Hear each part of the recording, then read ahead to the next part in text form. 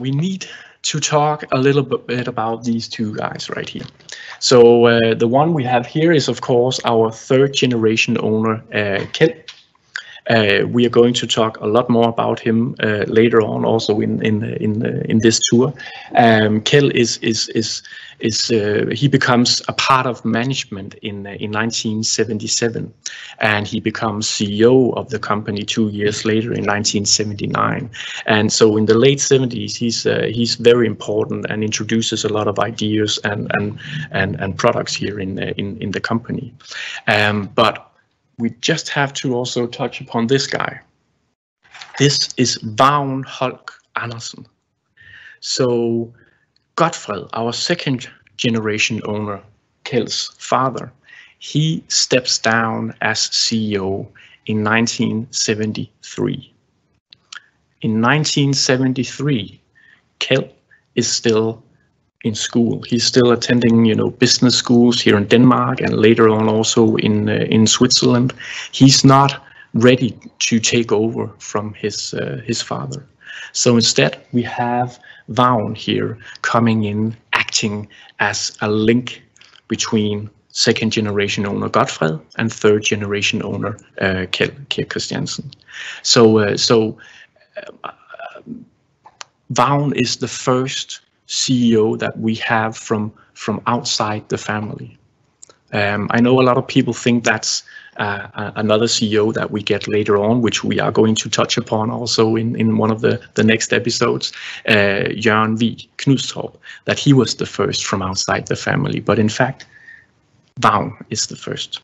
So he does a great job acting as a link between Godfred and his son Kjeld. Cool. Let's continue this way. So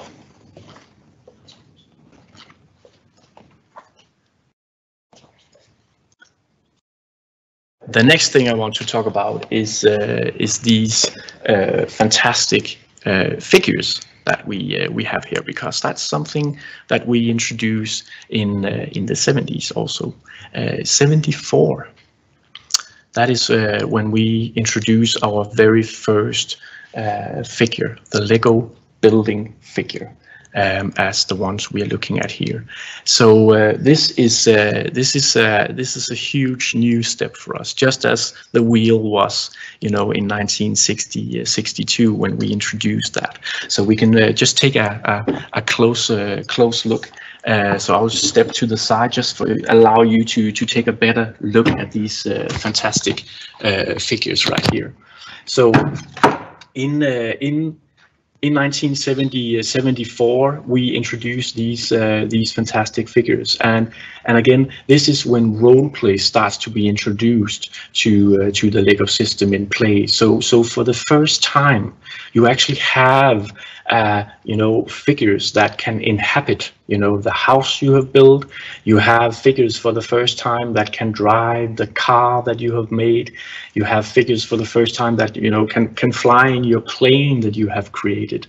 So all of a sudden we get this new role play aspect into Lego play, which is something we all know today. Of course, it's basically something we all take for granted, that we have this role play aspect with the Lego brick.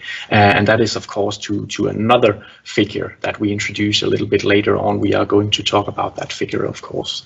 So looking in and creating these figures, you can sort of see the color palette on these products that we're looking at right here. We operated with the primary colors. So we had white, we had black, we had red, we had yellow, and we had blue. And then we had also a little bit of elements in green, and a few ones in gray, and also a little bit in some clear see-through plastic as well. But that's basically the colors we have. So when we decide, how to introduce this figure, you know, out of the colors we have available, we decide to go with the yellow skin color for these figures. That was the one we felt was the most generic of the colors we had available at that point in time. So again, this figure is really a big step for us. And the family we're looking at right here, we have a mother and a father, we had a grandmom, we have 2 children as well.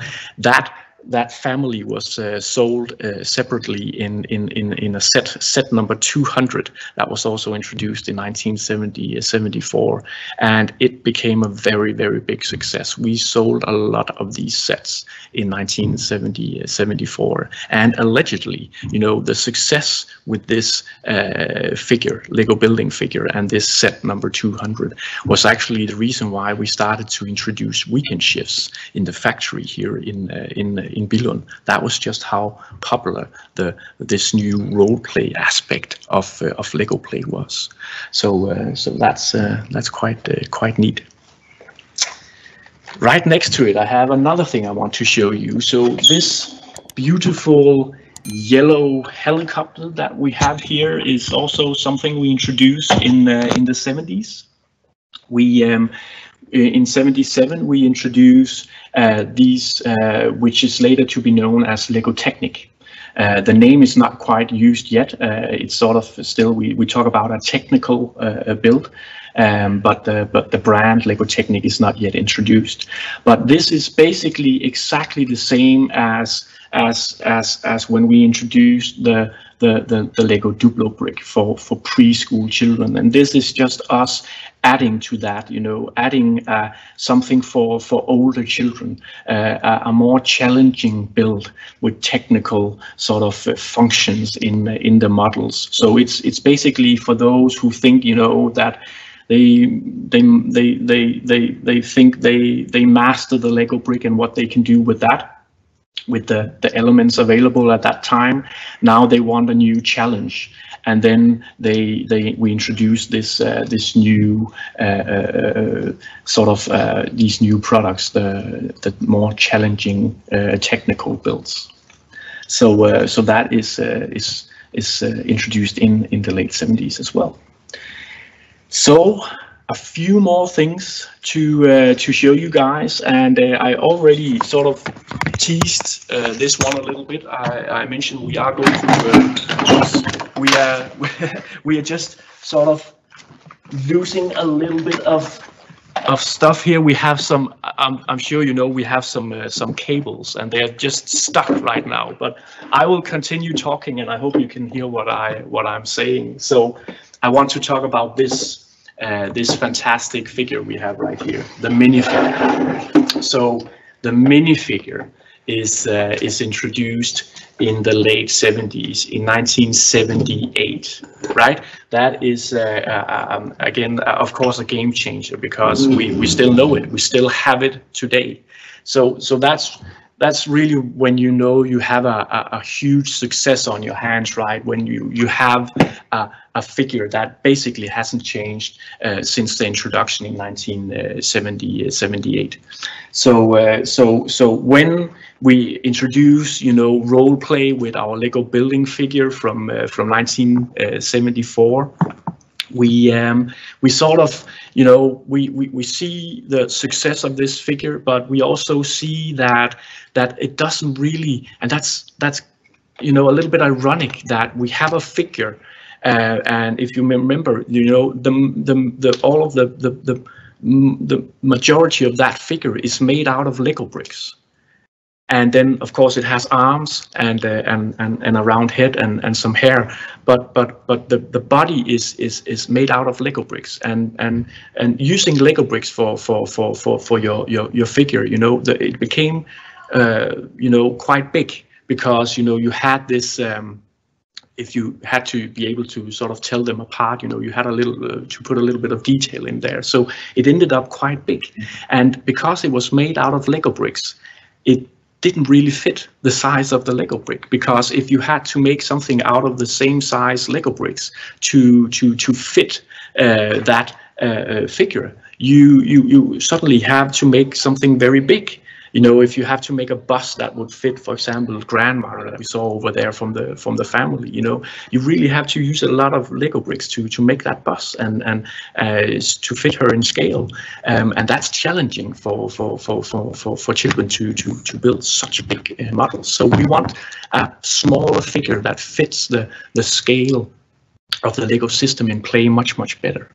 So that's why we introduce the minifigure. And I want to show you something down here, and let's see if we can get a closer look, because we have a lot of tests here, you know, prototypes of what should this new figure look like, and I especially really love these red sort of molds that you have in the middle right here. So these were actually molds made by the guy who invents the minifigure, Jens Nygaard Knudsen. So he was testing out a lot of different you know, solutions. How can we create this small figure to fit the Lego brick?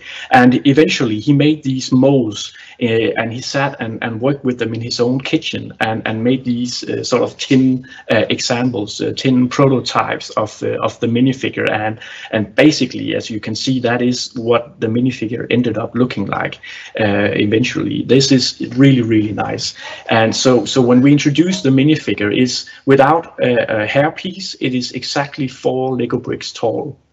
So not using too many bricks, you can create an environment that fits the figure, and that was what we were looking for. And just to illustrate how important and how big the minifigure became for Lego Play,